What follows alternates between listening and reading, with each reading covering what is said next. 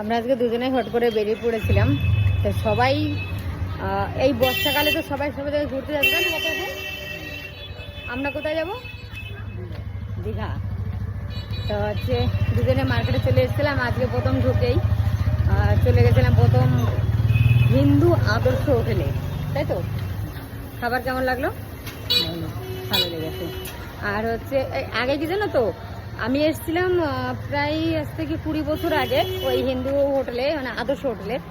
ওখানে আমি ইলিশ মাছের মাথা দিয়ে পুঁই শাক তারপরে ইলিশ মাছ খেয়েছিলাম আমি। অসাধারণ রান্না ছিল, কিন্তু সেই রান্নাটার টেস্টটা নেই জানো তো। আমি তো ভালো হয়নি, হ্যাঁ ভালো লাগেনি, কিন্তু ভাবছিলাম যে ইলিশ মাছ খাবো দুজনে। তো আস্তে আটো ইলিশ মাছ খাবো দুজনে। তো ইলিশ মাছের লেজা রয়েছে, আর লেজা আমি খেতে পারি না, কাটাবো গিয়ে। তো কত মশাই খেলাম কাতলা, একদম ভালো লাগেনি। মানে যে লোকটাতে আমি আদর্শতে ঢুকেছিলাম আমরা দুজনে, সেই মানে সেই জিনিসটা পেলাম না। মানে সেই রান্না আস্তে সেই রান্না সেই জিনিসটা। আচ্ছা, এখানে আছে এম বাজার এসছি আমরা, টেনিস থেকে নিয়ে এলাম। এম বাজার এসছি, এম বাজারে একটু ঢুকি, দেখি ওখানে কিছু পাই কিনা, তারপরে তোমাদের সঙ্গে পরে কথা বলছি। চলো। আর দাঁড়াও, অত এদিকে আসো। আর এখানে ঢুকেছে, ওখানে টেনিস থেকে কত মশার আমার কিছু ড্রেস নিয়ে নিয়েছি।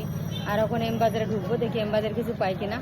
আচ্ছা, তুমি একটা কথা বলো তো, আপন লোক সব থেকে মানে কারা হয়, আর সব থেকে পর কারা হয়?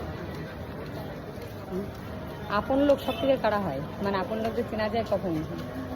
বিপদের সময়। বলছে বিপদের সময়। আর যারা কি বলো, পররা আপন হয় কখন?